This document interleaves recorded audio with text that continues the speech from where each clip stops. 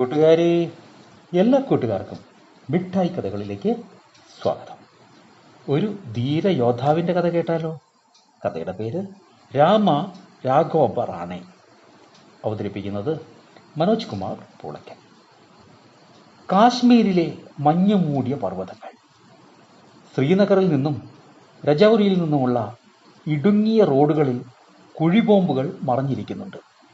അതുവഴി കടന്നു പോകുമ്പോൾ ഏത് നിമിഷവും പൊട്ടിത്തെറിയുണ്ടാകാം.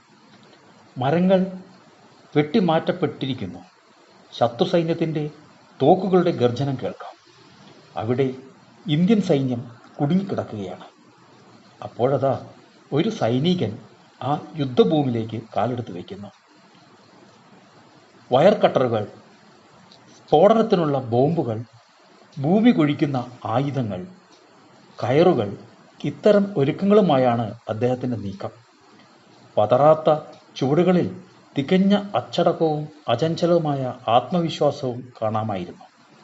ഇന്ത്യൻ സൈന്യത്തിന് ടാങ്കുകൾക്കും മറ്റു വാഹനങ്ങൾക്കും മുന്നോട്ട് പോകാനുള്ള പാതയുണ്ടാക്കാനാണ് ആ സൈനികൻ്റെ ഒരുക്കം.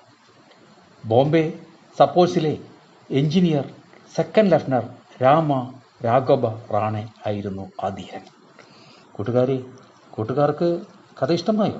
എങ്കിൽ പുതിയൊരു കഥയുമായി നമുക്ക് നാളെ കാണാം. എല്ലാവർക്കും നല്ലൊരു ദിനം ആശംസിക്കുന്നു. Story uncle.